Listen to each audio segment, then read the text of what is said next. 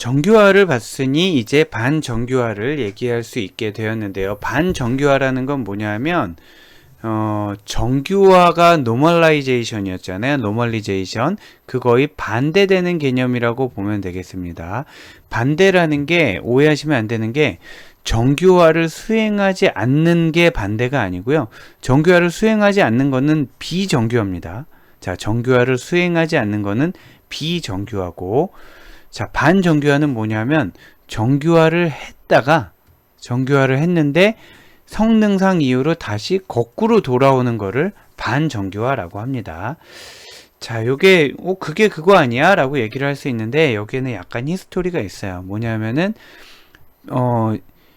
학계에서는 정규화를 하고 실무에서는 정규화를 하지 않는다, 이런 선입견들이 있었단 말이에요. 근데 그러다 보니까 서로 간의 간극을 해소할 수가 없는 거죠. 그래서 실무에서 정규화를 하지 않는 게 아니라 실무에서도 정규화를 다 알고 있고, 그래서 정규화를 수행을 한 다음에, 자, 정규화를 수행한 다음에 정규화된 엔터티 속성 관계에 대해서 성능 향상을 목적으로 중복, 통합, 분리를 수행을 하게 된다. 즉, 정규화를 하고 나서 다시 중복, 통합, 분리 작업을 수행을 하게 된다.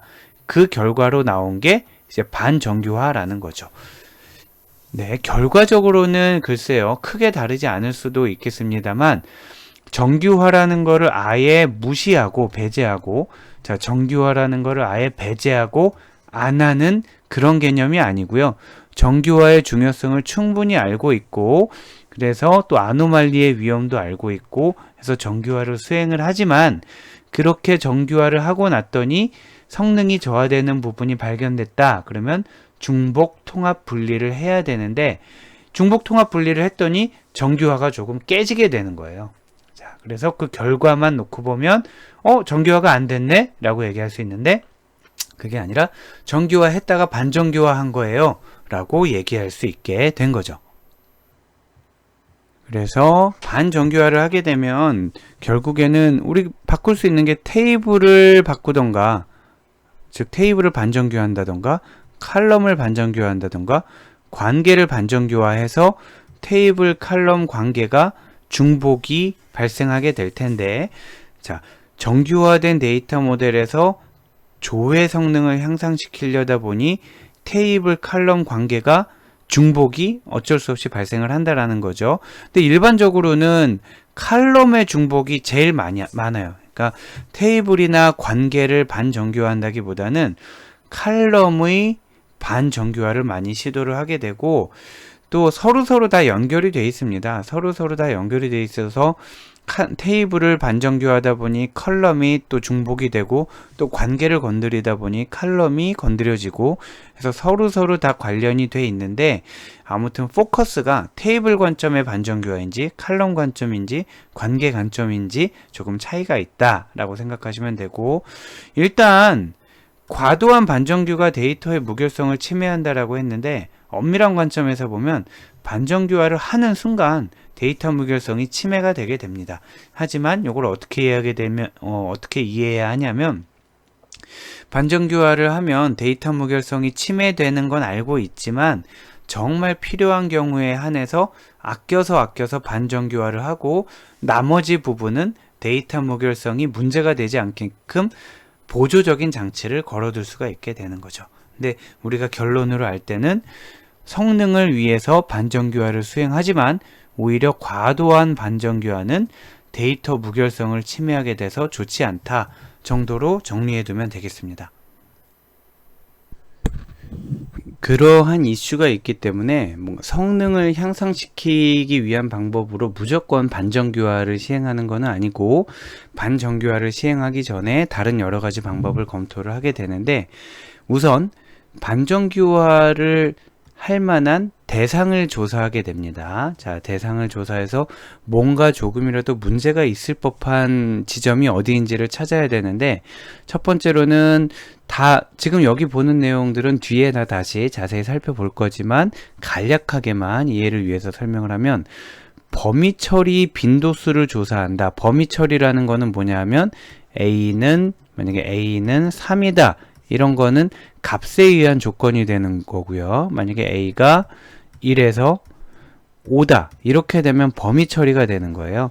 그래서 기본적으로 이렇게 값에 의한 조건은 연산 속도가 빠르게 되고, 범위를 거는 조건은 아무래도 속도가 시간이 조금 걸리게 되겠죠. 그래서 이런 범위 처리가 너무 많으면 그 부분에 혹시 문제가 없는지 살펴봐야 된다는 뜻이고요.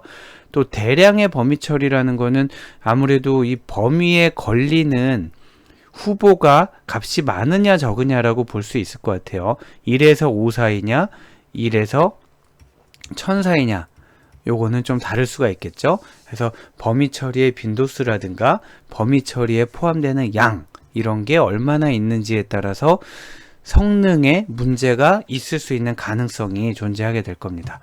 그리고 통계성 프로세스 조사, 만약에 아까 본 것처럼 만약에 학번이 3이다 뭐 이런 식으로 간단한 쿼리가 아니라 통계성, 썸이라든지 카운트라든지 에버리지라든지 이런 식으로 한 줄의 연산이지만 사실은 굉장히 많은 레코드를 고려를 해야 하는 이런 통계성 프로세스가 많으면 성능 저하의 위험이 있을 거고요.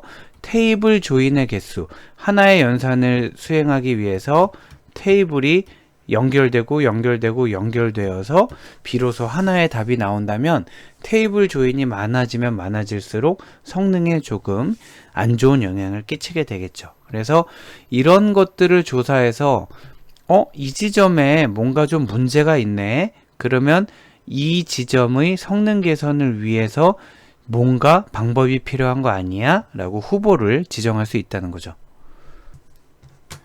그 다음으로는 들여다보아야 할 지점이 결정되게 되면 이 부분의 성능 개선을 위해서 반정규화 말고 다른 방법은 없을지를 살펴보게 됩니다. 다른 방법을 대표적인 방법 4가지를 소개를 하고 있는데, 요 4가지가 우리 이번 학기에 다루는 중점적인 부분은 이제 오른쪽 반정교하기 때문에 이 2번에 대해서 자세히 살펴보지는 않고, 물론 요 인덱스의 조정에 대해서는 조금 자세히 살펴보게 되겠습니다. 자, 결론부터 말씀드리면은 우리 이번에 성능 개선을 위해 다룰 부분은 이 부분과 요 인덱스의 조정, 요 정도가 될 것 같아요. 4가지에 대해 간단히만 한번 설명을 드릴게요. 보면 뷰를 만드는 거를 검토해봐라. 자, 뷰라는 거는 뒤에 자세히 다시 다루게 될 텐데 테이블하고 굉장히 헷갈리게 됩니다. 우리가 테이블이라고 하면은 이렇게 정의가 되어 있고 레코드가 마구 쌓여 있는 이런 거잖아요. 근데 실제로 테이블을 만들 수도 있지만 이러한 테이블을 만드는 방법을 저장해 놓을 수가 있습니다. 방법을 저장해 놓을 수가 있습니다. 구체적으로는 이제 SQL 문이 되겠죠. 뭐 create 테이블 어쩌고 저쩌고 이런 문장이 될 텐데, 이런 문장을 저장해 놓은 거를 뷰라고 하게 되고요. 이 뷰를 실행을 하면 그때 비로소 테이블이 만들어지게 되는 거죠. 자, 그래서 테이블을 직접 만들지 말고 뷰를 적절하게 사용해봐라 라는 건데, 여기서 오해를 하면 안 되는 게 뷰를 만드는 것 자체가 성능 향상을 가져오는 게 아니고, 다만 뷰를 굉장히 신중하게 설계 잘하는 사람이 만들어 놓으면 그냥 우리가 그때그때 임의로 테이블을 마구 만드는 것보다 전문가가 미리 뷰를 만들어 놓고 그거를 재사용하게 되면 뷰가 잘 만들어져 있으면 성능이 올라가겠지, 이런 뜻입니다. 여기서 이제 가끔 그 함정식으로 질문이 나올 때가 있는데, 뷰를 이용해서 성능 향상을 한다라는 게 뷰를 쓰면 무조건 성능이 좋아지는 게 아니라 잘 만들어진 뷰를 사용하게 되면 테이블을 마구 만드는 거에 비해서 성능이 향상될 거다라는 겁니다. 그리고 클러스터링이랑 요 응용 어플리케이션은 지금만 살짝 언급만 하고 우리가 이번 학기에 다루지는 않을 건데, 자주 사용되는 테이블의 데이터를 디스크의 같은 블록에 저장한다. 이거는 뭐냐면 우리가 결국에는 하드디스크의 유형이 어떻게 됐건 하드디스크에서 DB 연산을 하기 위해서는 하드디스크에서 특정 항목들을 메모리로 가져와야 되는데 이때 시간이 많이 걸린단 말이에요. 그래서 만약에 뭐 예를 들면 이렇게 동그라미로 표현을 해볼게요. 만약에 내가 이번에 가져올 데이터가 이쪽에도 있고 이쪽에도 있다라고 하면은 메모리에서 여기를 액세스해서 가져오고 또 여기를 액세스해서 가져와야 된다라는 거죠. 그러면 시간이 배로 걸리게 되는데 만약에 이 데이터와 이 데이터가 빈번히 자주 쓰인다. 그러면은 얘네들을 한 곳에 모아서 둔다라는 거예요. 그러면은 가져올 때 아예 한 번에 다 가져올 수 있기 때문에 디스크 액세스 횟수를 줄여서 속도를 줄일 수 있지 않을까, 속도를 향상시킬 수 있지 않을까 하는 게 요 클러스터링입니다. 그래서 요 자세한 내용은 여러분이 이해할 필요는 없을 것 같고요. 클러스터링은 동시에 자주 사용되는 테이블을 모아서 같은 블록에 저장을 해둔다 라고 보시면 되겠습니다. 그리고 인덱스 이 부분은 뒤에 자세히 살펴보게 될 거예요. 인덱스가 뭔지도 살펴보게 될 거고, 그리고 인덱스를 어떤 식으로 조정을 해야 성능이 향상되는지도 살펴보게 될 겁니다. 그리고 요거는 이제 DB 관점이 아니고 프로그램 관점이 되겠어요. 자, 프로그램 관점에서 데이터를 처리하는 방법을 뭐 순서를 바꾼다라든지 조건을 바꾼다라든지 해서 예를 들면 쿼리를 3번 물어볼 거를 1번 물어본다라든지 이런 식으로 로직을 변경하게 될 수 있죠. 글쎄요, 뭐 어떤 이그젬플이 있을까요? 뭐 좀 약간 급하게 억지 이그젬플을 만들어 보면 어떤 학생을 하나 찾을 때 일단 학년을 2학년으로 찾은 다음에 거기서 남학생을 찾은 다음에 거기서 학번이 1, 2, 3, 4인 사람을 찾아라. 이렇게 만약에 3번이나 질문을 하게 되는 프로그램이 있고 그거를 결국에 나중에는 학번 물어볼 거잖아 해서 아예 앞에 거 질문 안 하고 처음부터 학번으로 질문을 할 수도 있겠죠.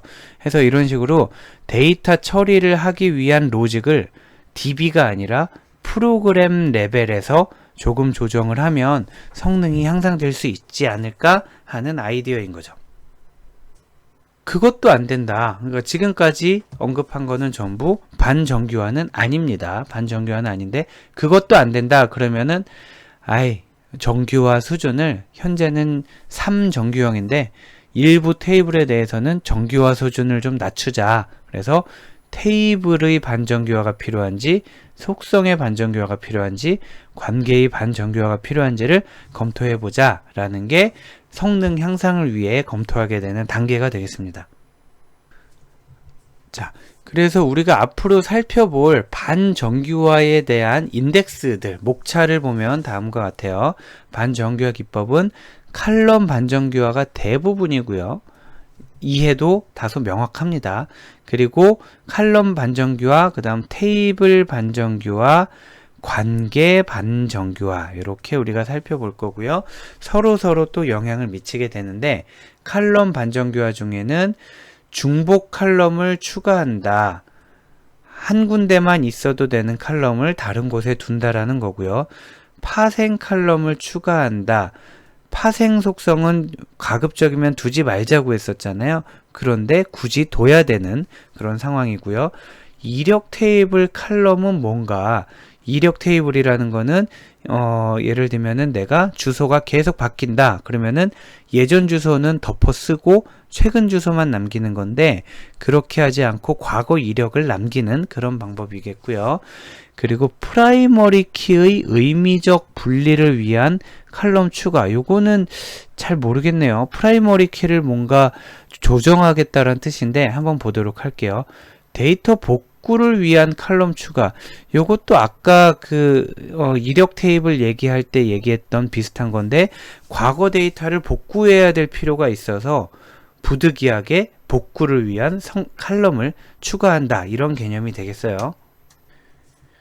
다음으로는 테이블 자체를 건드리게 되는데 테이블을 합치는 경우가 있겠고요. 두 개의 테이블을 합치는 경우가 있겠고 또는 테이블을 나누는 경우가 있겠습니다. 요거는 정규화에 위배되는 거는 아니고 하나로 있어도 되는 테이블을 굳이 나누게 돼요. 이렇게 나누든지 이렇게 나누든지. 자, 이거 성능상의 이슈로 나누게 된다라는 거고, 없었던 테이블을 추가해서 만들게 되는 경우가 있습니다. 뭐냐면, 자, 이거 네 가지에 대해서는 뒤에 가서 다시 자세히 살펴보고 이름만 언급하면 중복 테이블을 추가하는 법, 통계 테이블, 이력 테이블, 부분 테이블을 추가하는 겁니다.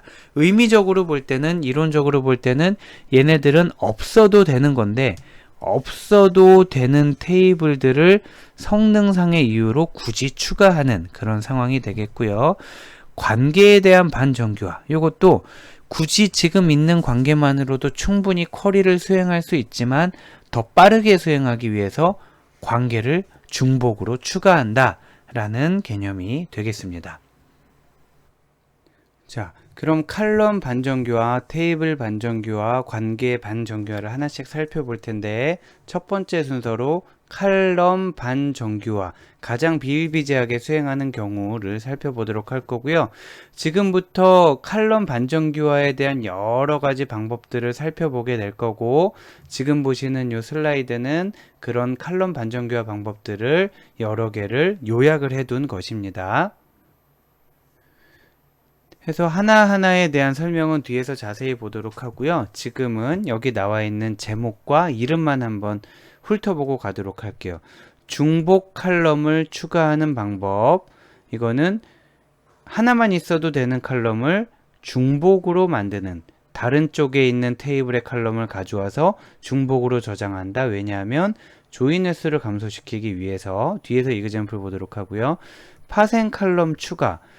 값의 계산으로 인한 지연 시간을 줄이기 위해 예상되는 값이라기보다 예상되는 쿼리에 대한 값을 미리 계산해 둔다. 이렇게 두면 되겠습니다. 즉, 값을 계산해서 구할 수는 있는데 그때 가서 계산하면 너무 시간이 오래 걸리니까 미리 계산해서 두겠다라는 의미겠죠.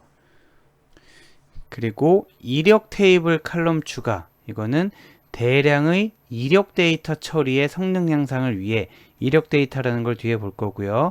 종료 여부, 최근값 여부 등의 칼럼을 추가로 저장한다.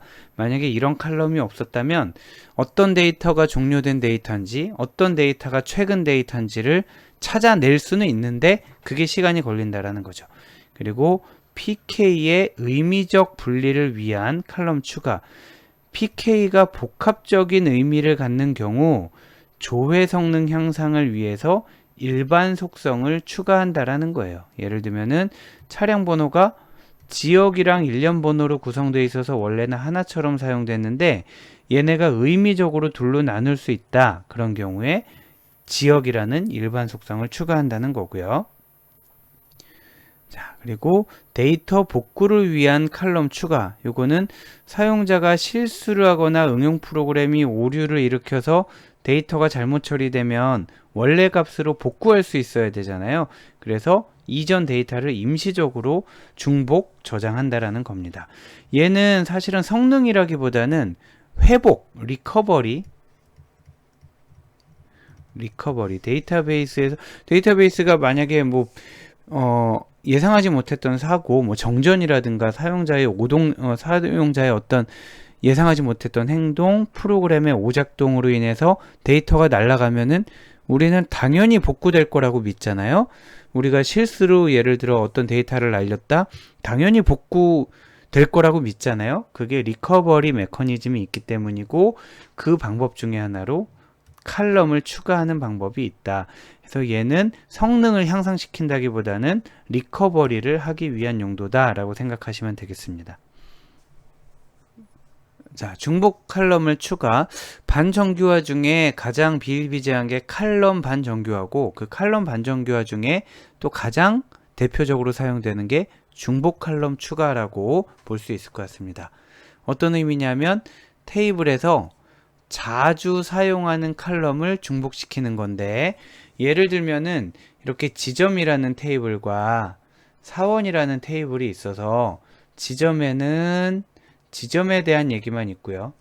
사원에는 사원에 대한 얘기만 있고 foreign key로 얘가 붙어 있습니다.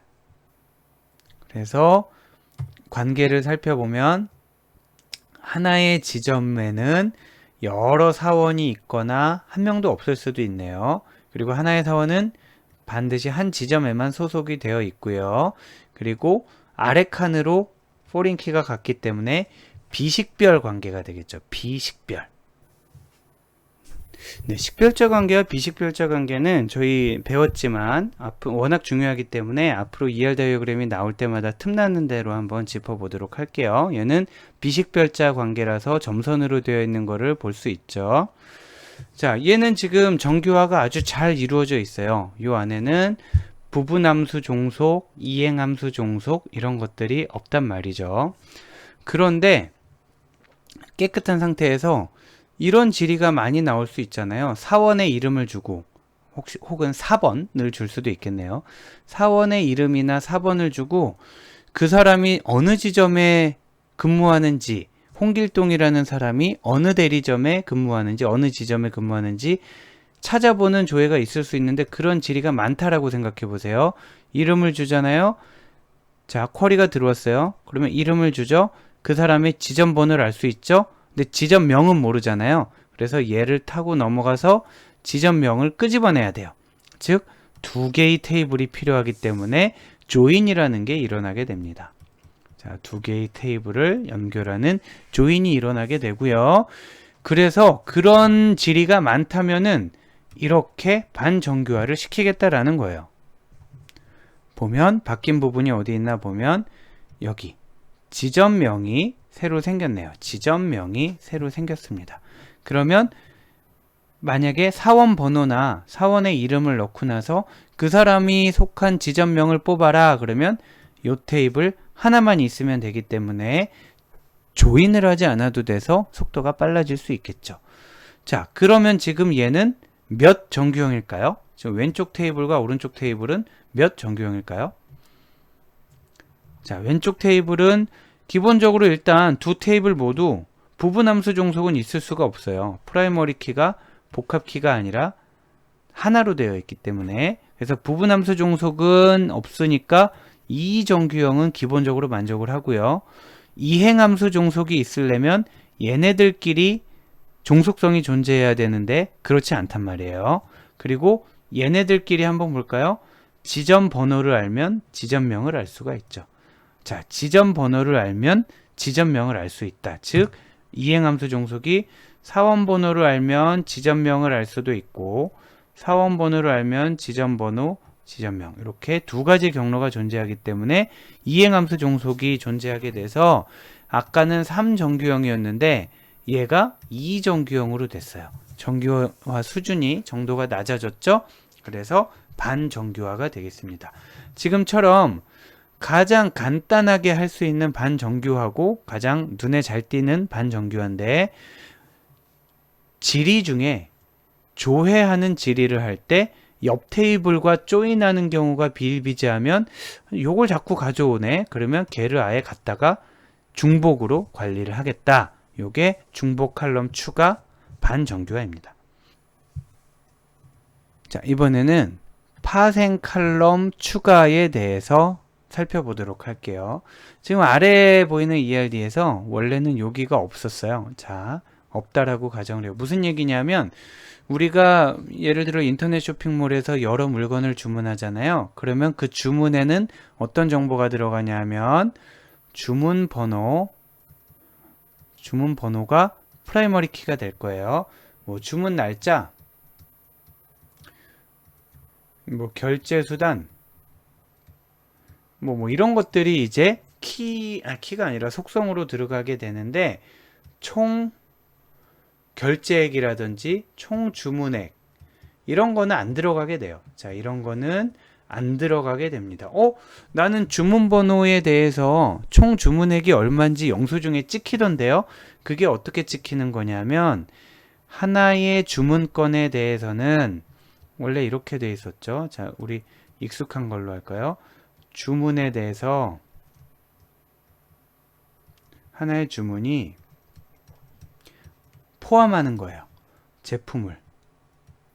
하나의 주문이 한 주문에 제품 여러 개가 포함될 수 있고요. 한 제품이 여러 주문건에 포함될 수가 있겠죠. 그래서 얘를 별도의 테이블로 만든 거예요. 그래서 우리가 이름을 주문 목록이라고 새로 붙인 그런 상태입니다. 그러면 우리가 이 M 대 N 릴레이션십을 테이블로 만들 때 어떻게 했었나 생각해 보면, 이것도 이제 DB 입문 시간에 배운 걸 잘 떠올려 보시면, 주문 쪽에 있는 키랑 제품 쪽에 있는 키를 가지고 와서 만들었잖아요. 그러다 보니까 주문 번호를 가져오고 제품 번호를 가져와서 얘를 주문 목록이라고 만든 거예요. 우리가 제일 많이 들었던 이그젬플은 학생이 수강한다 과목을 이렇게 한 다음에 요 M 대 N을 테이블로 만들 때 학번과 과목 코드를 만들었듯이, 자, 그래서 이렇게 만들고 나면 주문 목록에는 어떤 주문 번호에 어떤 제품 번호가 연결되어 있다라는 것을 나타내는 이러한 엔터티를 우리가 연관 엔터티라고 부릅니다. 연관 엔터티는 속성을 저장하는 게 목적이 아니라 왼쪽 엔터티와 오른쪽 엔터티 간의 연결 관계를 나타내는 거에 존재 가치가 있어요. 그래서 우리 엔터티의 특징 얘기를 할 때 식별자 이외의 일반 속성이 존재하지 않는 엔터티는 바람직하지 않다라고 하면서 단 연관 엔터티는 예외적으로 인정, 이렇게 돼 있었는데 그 연관 엔터티가 바로 이거고요. 만약에 이 연관 엔터티가 없다 그러면은 어떤 주문에 어떤 제품이 포함됐는지, 거꾸로 어떤 제품이 어떤 주문에 포함됐는지 알 길이 없어요. 그래서 이렇게 하고 나면 한 주문 번호는 여러 건의 주문 목록에 속하게 되고요. 속한다기보다 한 주문 번호가 여러 건의 주문 목록에 연결되게 되고요. 또 하나의 제품 번호는 또 여러 건의 주문 목록에 연결이 됩니다. 주문 목록 예를 들면 이런 게 있겠네요. 1번 주문에 A라는 제품, 1번 주문에 B라는 제품, 2번 주문에 A라는 제품, 2번 주문에 뭐 C라는 제품, 이런 식으로 목록이 있다라는 거예요. 그러면은 1번 주문이 여기저기 연결돼 있죠. A라는 제품이 여기저기 연결돼 있죠. 그러니까 하나의 주문이 여러 개, 하나의 제품이 여러 개, 이렇게 될 수 있다라는 거예요. 자, 이런 상황에서 자, 다시 본론으로 들어가면 내 주문이 총 얼마냐 라고 물어본다 그러면 나는 37번 주문이니까 요 목록에서 봤더니 내 주문에 해당되는 게 37번 A 산 거, 37번 B 산 거, 점점점, 점점점, 요렇게 있는 거예요. 그러면은 37번에 A도 샀고 B도 샀다고 그랬잖아요. A라는 제품은 얼마고 B라는 제품은 얼마인지 여기 제품 테이블에 나와 있단 말이에요. 자, 그렇기 때문에 내 주문 번호만 알면 그 주문에는 어떤 제품이 포함되어 있는지 알고 그 제품이 얼마인지 알 수가 있어요. 그래서 이거는 200원, 이거는 1000원이니까 37번은 총 1200원 계산할 수가 있지만 오래 걸린다라는 거죠. 자, 그런데 주문 번호에 대해서 총 주문 금액을 뽑아보고 싶은 거는 너무나 당연한 얘기고 굉장히 비일비재할 것으로 예상되잖아요.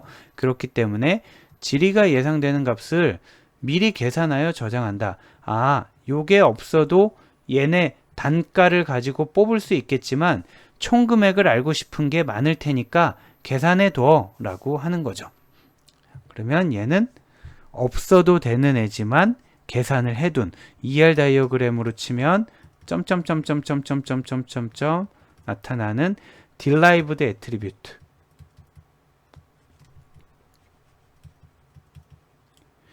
derived attribute는 테이블로 만들 때 과감하게 생략한다 라고 입문 시간에 배웠잖아요. 근데 잠깐 봤더니 생략하면 계산하기 너무 힘드네. 그럼 그냥 생략하지 말고 넣어주자 라고 하는 게 파생 칼럼 추가가 되겠습니다. 자, 파생 칼럼 추가라고 하면 지금 이그젬플로든 이런 경우가 다라고 보시면 되겠고요. 그걸 굳이 구분하자면 칼럼에 의한 파생인데 칼럼을 추가했으니까요. 로우에 의한 파생은 이런 경우는 없어요. 이거는 DB를 하면서 실제로 제가 본 적은 별로 없는데, 억지로 뭐 로우에 의한 파생은 이런 게 있는데 하지 마라 라는 정도로 하겠습니다. 뭐냐면은 공사 번호가 있고 공사 일자, 공사비, 공사비 누적 이렇게 있어요. 얘가 문제인 거예요. 얘가. 자, 보면 공사 번호 있고 총 이 금액이었어요. 두 번째 공사 번호 있고 있었어요. 근데 문제는 이거랑 이거를 더해서 이렇게 만들고 이거랑 이거를 더해서 또 이렇게 만들었다라는 거예요. 계속 엑셀에서 하듯이 썸을 해나갔다라는 거죠. 예를 들면은, 자, 근데 이렇게 되면은 이게 지금 이제 로우에 의한 파생이 되는 거예요. 왜냐하면은 공사비 누적은 구해놓지 않아도 이거 우리 얼마든지 다 구할 수 있잖아요. 여기까지 구할 수도 있고 여기까지 구할 수도 있잖아요. 그런데 만약에 3월 5일까지의 총 공사비를 찾아라 그러면은 그때 계산하는 것보다는 여기 누적이 있으면 편하지 않을까. 요거는 다분히 엑셀의 관점입니다. 자, 엑셀의 관점에서는 그런 건데, 이렇게 되면은 중간에 뭔가 행위 하나 삽입된다거나 값이 하나 바뀐다거나 하면 이게 다 바뀌어야 되잖아요. 그래서 굉장히 불편해요. 그리고 RDB, 관계형 DB에서는 기본적인 가정이 얘네들 사이의 순서는 얼마든지 바뀔 수 있는 거기 때문에, 들어온 순서로 돼 있는 거기 때문에 순서에 대해서는 아무 의미를 두면 안 되고 그 순서를 가지고 뭔가 하면 안 돼요. 근데 지금 누적으로 하겠다라는 거는 얘가 1번, 2번, 3번으로 있을 때나 이 값이 되는 거지, 1번, 2번, 3번으로 되면은 이 값이 나올 수 없는 거잖아요. 그래서 이거는 관계형 DB 관점에서 보면 이런 행동은 잘 하지 않아요. 누적 이렇게 하지는 않아요. 자, 엑셀 관점에서 익숙한 분들이 관계형 DB로 엑셀을 구현할 때 이런 일이 발생하는 거고, 그래서 굳이 이름을 붙이자면 얘도 뭔가 집계를 한 거고 얘도 뭔가 집계를 한 건데, 위에 거는 있을 수 있는 일이고요. 그걸 칼럼에 의한 파생이라고 이름을 붙였고, 아래 거는 거의 존재하지 않는 경우인데 이런 걸 로우에 의한 파생이라고 한다 라고 정리하시면 되겠습니다. 만약에 그게 두 개가 비슷해 보이는데, 자, 컬럼에 의한 파생은 얘네끼리 뭐 행간의 순서가 바뀌어도 주문 총 금액은 바뀌지 않아요. 그런데 로우에 의한 파생은 얘네가 순서가 바뀌면은 요 공사비 누적, 지금 얘가 문제잖아요. 요 값이 바뀌게 됩니다. 이렇게 구분을 하시면 되겠습니다. 자, 다음으로 살펴볼 주제는 이력 테이블 칼럼을 추가하는 부분입니다. 이력 테이블이 아니라 이력 테이블 칼럼을 추가하는 건데, 예를 들어 이런 경우를 한번 살펴보자고요. 지금 아래 테이블을 보면은 직원이 있고요, 차량이 있습니다. 직원 테이블의 프라이머리 키는 직원 번호고요. 4번 뭐 이렇게 생각하면 되겠죠. 차량 번호는 뭐 1, 2, 3, 4 이런 것들이 될 거예요. 그리고 직원은 차량을 안 가지고 있을 수도 있지만 여러 개를 가지고 있을 수도 있고요. 그리고 차량은 직원 한 명에게만 소속이 돼 있어요. 자, 그런데 이렇게 가정을 해보겠습니다. 예를 들어 저희 학교에 차량을 등록할 수 있는데 직원 하나당 한 대만 등록할 수 있다라고 가정을 해봐요. 한 대만 등록할 수 있는데, 그럼에도 불구하고 여기가 하나가 아니라 n인 이유는 제가 1년마다 한 번씩 차를 바꿔요. 올해도 바꾸고, 예를 들어서 그렇다는 겁니다. 예를 들어서 올해는 무슨 차, 내년에는 또 무슨 차. 그렇게 되면 제가 10년 동안 만약에 차를 매번 바꿨다면은 차량 테이블에 있는 수많은 레코드들 중에서 10개가 제가 등록한 차가 되겠죠? 네, 그렇기 때문에 1대 n이 되는 겁니다. 그래서 제가 그동안 등록했던 차량을 전부 갖고 있기 때문에 이력을 관리하는 테이블이다 해서 이력 테이블이라는 거고요. 우리가 지금 보는 거는 이력 테이블에 칼럼을 추가하는 부분이 되겠습니다. 예를 들면 이렇게 되는 거예요. 1, 2, 3, 4번 차량을 A라는 직원이 등록했는데 2000 년도에 등록을 했어요. 우리 학교 주차장에. 그 다음에 새로 차를 사서 2345라는 차를 A라는 직원이 등록했는데 2001년에 등록했어요. 그 말은 2000년도에 있었던 차는 이제 학교에 등록이 안 돼 있는 거예요. 2, 3, 4, 7이라는 게 있는데 그 A라는 사람이 봤더니 1999년에도 등록한 게 있었고요. 3658이라는 차 번호가 또 A라는 사람이 2010년에도 등록을 했다. 이렇게 보자라고요. 자, 이랬을 때 현재 A라는 사람이 유효하게 등록되어 있는 A라는 사람이 등록한 차 중 유효하게 우리 회사, 우리 학교를 출입할 수 있는 차는 단 한 대란 말이에요. 왜냐하면은 새로운 거를 등록했다면은 과거 거는 이제 주차 스티커를 발부를 안 한단 말이에요. 그러면은 A라는 사람이 등록한 유효한 차량은 몇 번인가? 그 말은 즉 가장 최근에 등록한 게 몇 번인지를 봐야 되잖아요. 물론 할 수 있어요. 자, 차량 테이블에 수만 건이 있어요. 수만 건이 있는데 그 중에 A라는 사람이 등록한 건만 뽑아냈어요. 그 중에 연도를 비교해 봐요. 연도를 비교해 봐서 제일 최근인 걸 찾아내요. 그래서 최근인 걸 찾아내서 3658이라는 거를 알아내요. 그러면 A라는 사람이 그동안 총 4대를 등록했는데 그 중에 현재 유효한 거는 3658이다 라고 찾아낼 수 있어요. 하지만 너무 오래 걸린다라는 거죠. 그래서 이론적인 관점에서는 지금 이 차량 테이블에 차량 번호, 직원 번호, 요거에 해당되겠죠. 직원 번호, 연식, 차종, 그리고 등록일자 이렇게 나와 있으니까 이론적인 관점에서는 요 등록일자만 보더라도 해당 직원이 등록한 가장 최근의 차량이 뭔지 알 수 있기 때문에 여기까지만으로 충분하다라고 얘기하는 게 이론적인 관점이고요. 하지만 이렇게 하게 되면은 그래서 직원번호 A라는 사람의 가장 최근 등록한 차량은 몇 번이야? 라고 물어보게 되면 수많은 조회를 해야 되기 때문에 반정규화를 통해서 요런 칼럼을 하나 추가하는 거예요. 최근 등록 여부라는 칼럼을 추가하게 되면 어떤 일이 벌어지냐면 만약에 이번엔 좀 순서 바꿔 A라는 사람이 1, 2, 3, 4라는 걸 등록했는데 2000년도에 등록을 했는데 아까 괜히 지웠네요. 네.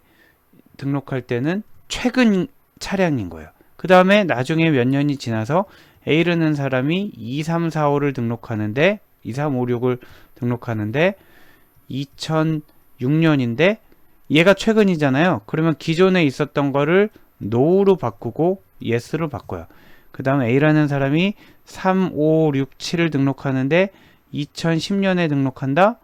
또 얘를 yes로 바꾸고 얘를 no로 바꾸고 하나만 더 해볼까요? A가 9999를 2020년에 등록하는데 그러면 yes가 되면서 그 이전에 얘를 no로 바꿔요.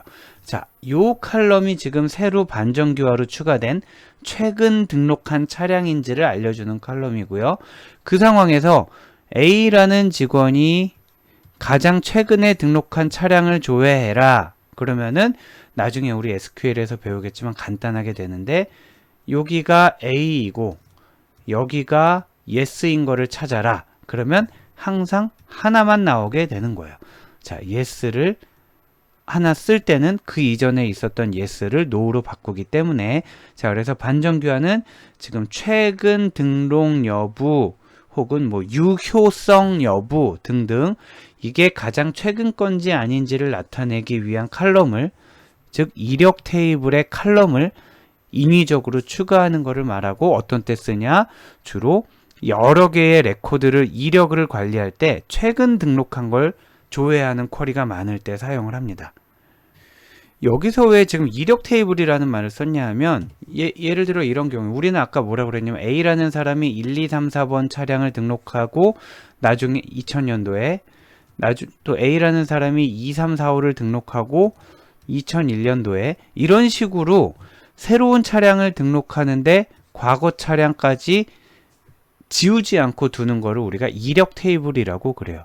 자, 어떤 경우에는 이게 필요하고 어떤 경우에는 이게 안 필요할 수 있겠죠. 예를 들면은 나중에 한참 몇 년이 지난 다음에 CCTV를 봤더니 1, 2, 3, 4라는 차량이 주차장 벽을 들이받고 나간 걸 발견했어요. 그랬을 때 1, 2, 3, 4라는 차량이 과연 주인이 누구냐라는 거를 알고 싶을 때 이렇게 이력 테이블로 있게 되면은 1, 2, 3, 4는 A라는 사람이 등록한 차인데 지금은 A는 2, 3, 4, 5를 타고 다니지만 예전에 A가 1, 2, 3, 4를 탔던 적이 있어요 라고 하려면 이렇게 이력 테이블을 관리해야 하는 거고요.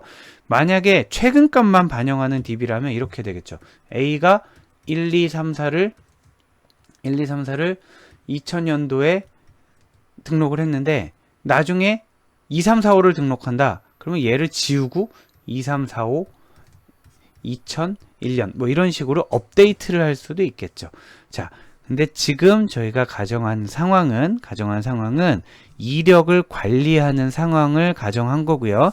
그런 상황에서 최근 값을 찾고자 하는 쿼리가 비일비재하기 때문에 그때 이런 칼럼을 둘 수 있다라고 기억하시면 되겠습니다. 자, 이번은 조금 다른 관점의 반정규화, 역시 칼럼 반정규화이긴 한데 이번에 볼 반정규화는 프라이머리 키의 의미적 분리를 위한 칼럼 추가입니다. 무슨 얘기냐면 프라이머리 키는 우리가 선정을 할 때 대표성을 갖는다고 했잖아요. 그런데 대표성을 갖는다라는 얘기는 그 프라이머리 키를 이용해서 조회하는 경우가 굉장히 많을 거라고 예상하는 것과 같은 의미입니다.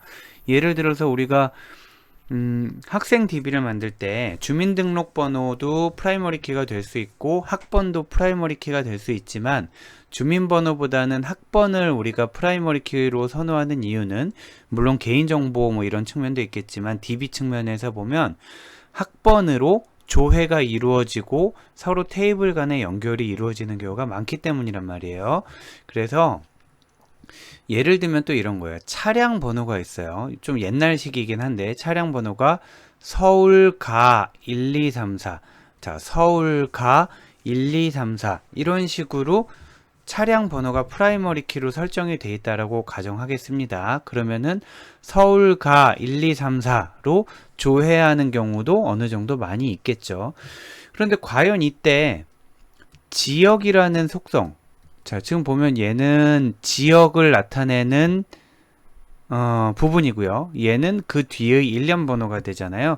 그런데 우리가 만약에 지역이라는 속성을 추가로 구성해야 되냐라고 누군가 물어본다면 DB 시간에 이론을 잘 배운 학생 같으면은 아니요, 그거는 만들면 안 돼요 라고 할 거예요.